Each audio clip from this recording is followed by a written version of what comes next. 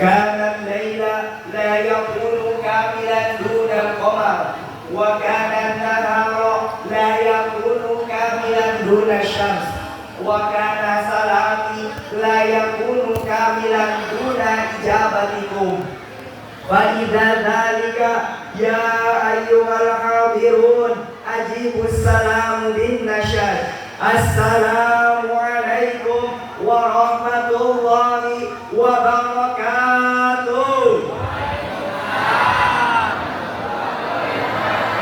Alhamdulillah, alhamdulillahil wahidil qahhar, al-azizil ghaffar, mukawwirul laila wan nahar, tadhkiratan li ulil qulubi wal absar, wa tabsiratan li dhawil albabi wal i'tibar. Ashhadu an la ilaha illallah al-birrul karimur raufur rahim wa ashhadu anna sayyidana Muhammadan abduhu wa rasuluhu wa khaliluhu wa habibuhu al-hadi ila siratin mustaqim wa da'i ila dinin qawim.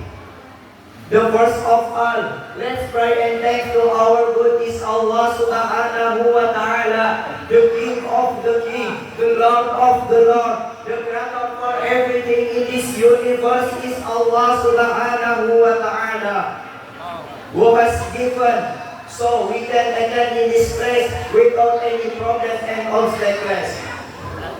Tadiyan, salatan wa salaman ila habibina wa nabiyina wa syafi'ina wa maulana Muhammadin alladhi qad hamala an-nasa minal zulumati ilan nur wa kadzalika ila siratil mustaqim. Berdirinya saya di sini, saya akan menyampaikan sepatah atau dua patah kata yang insya Allah saya akan patahkan menjadi beribu-ribu kata, bahkan berjuta-juta kata, dengan judul Isra wal Mi'raj.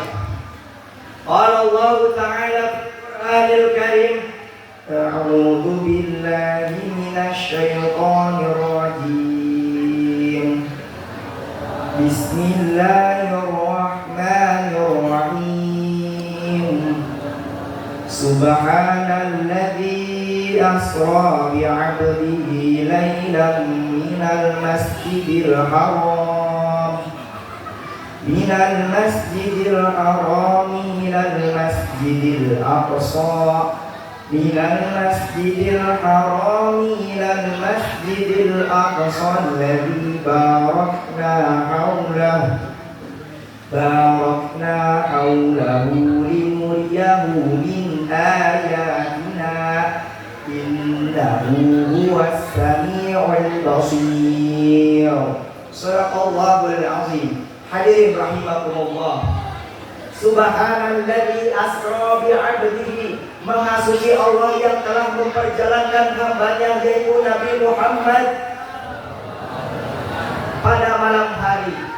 Dari ayat ini Allah Subhanahu wa ta'ala menjelaskan kepada kita bahwa Allah lah yang telah memperjalankan Nabi Muhammad sallallahu alaihi wasallam pada peristiwa Isra wal Mi'raj.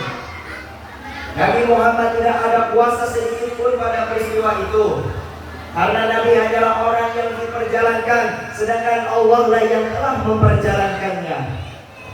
Lailan pada malam hari, minal masjidil haram ilal masjidil aqsa, dari masjidil haram ke masjidil aqsa. Jika kita lihat, jika kita pandang pada zaman Nabi Muhammad sallallahu alaihi wasallam, itu adalah sesuatu yang mustahil, sesuatu yang tidak akan masuk akal, sesuatu yang tidak akan bisa diterima oleh logika. Karena pada zaman Nabi baru ada unta, bukan Toyota. Karena pada zaman Nabi baru ada kuda, bukan pesawat Garuda.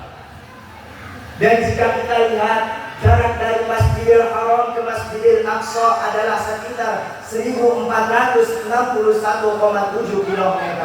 Perjalanan yang cukup jauh. Jika kita tempuh dengan mengendarai onta pada zaman itu sekitar 40 hari. Alladzi barakna haulahu, yang telah kami kelilingi dengan keberkahan. Karena di Masjidil Haram dan Masjidil Aqsa. Banyak para nabi dan rasul dilahirkan di tanah itu. Karena di Masjidil Haram dan Masjidil Aqsa banyak para nabi menjejaki di tanah itu. Linuriyahu min ayatina, untuk kami perlihatkan kepadanya tanda-tanda kekuasaan kami. Innahu huwas sami'ul basir, sesungguhnya Allah Maha mendengar lagi Maha melihat. Hadirin yang dirahmati Allah Subhanahu wa taala, pada peristiwa Isra dan Mi'raj, Allah Subhanahu wa taala memerintahkan kepada Nabi Muhammad sallallahu alaihi wasallam dan umatnya untuk melaksanakan salat yang 5 waktu. Yang awalnya 50 waktu karena anjuran dan saran dari Nabi Musa alaihi salam kepada Nabi Muhammad sallallahu alaihi wasallam untuk kembali lagi ke Allah, meminta keringanan, akhirnya menjadi 5 waktu salat. Tetapi yang 5 waktu salat pahalanya sama seperti 50 waktu salat. Masya Allah. Hadirin rahimakumullah. Maka dari itu, marilah kita jaga sholat kita, marilah kita pelihara sholat kita, karena di akhirat kelak Allah tidak akan menanyakan harta-harta kalian, Allah tidak akan menanyakan derajat kalian, Allah tidak akan menanyakan kedudukan kalian, Allah tidak akan menanyakan jabatan-jabatan kalian. Tetapi apa yang Allah perintahkan, tetapi apa yang Allah tanyakan ketika hari kiamat, apa yang Allah hisab pertama kali ketika hari kiamat, yang Allah tanyakan dan hisab pertama kali adalah sholat kalian. Qala Rasulullah sallallahu alaihi wasallam, inna awwalu ma yuhasabu bihil abdu yaumal qiyamati min amalihi sholatuhu, fa in saluhat faqad aflaha wa in fasadat faqad khaba wa khasara. Yang artinya sesungguhnya amal seorang hamba yang pertama kali akan dihisab ketika hari kiamat adalah sholatnya. Jika sholatnya baik, maka dia berhasil dan sukses. Tetapi jika sholatnya buruk, maka dia sangat merugi. Hadirin rahimakumullah, salat adalah suatu kewajiban yang tidak boleh kita tinggalkan dalam kondisi apapun. Karena salat adalah wujud ketaatan kita kepada Zat yang Maha Esa, kepada Zat yang tidak ada tandingannya, yaitu Allah Subhanahu wa taala. Salat juga menjadi jembatan kita untuk mendekatkan diri kepada Allah Subhanahu wa taala. Jika kita menjaga salat, jika kita memelihara salat, insya Allah akan menjauhkan kita dari hal-hal yang buruk. Insya Allah akan memasukkan kita ke surganya nanti. Tetapi sebaliknya, jika kita meninggalkan salat, kita leha-leha dengan salat kita, maka kita akan kehilangan keberkahan hidup di dunia ini. Na'udzubillahi min. Maka dari itu, marilah kita mengintrospeksi diri kita. Sudahkah kita menjaga sholat yang 5 waktu ini dengan baik? Jika belum, maka sekaranglah saatnya untuk memperbaiki diri sebelum ajal menjemput. Kullu nafsin dha'iqatul maut, setiap yang bernyawa pasti akan merasakan kematian. Hadirin rahimakumullah, cukup sekian tausiah yang bisa saya sampaikan, kurang lebihnya mohon dimaafkan. Saya tutup dengan sebuah pantun. Jalan-jalan di tengah sawah, pulangnya ke rumah Pak Habibie. Jika banyak kata yang salah, wajar boy, saya manusia bukan nabi. Wassalamualaikum warahmatullahi wabarakatuh.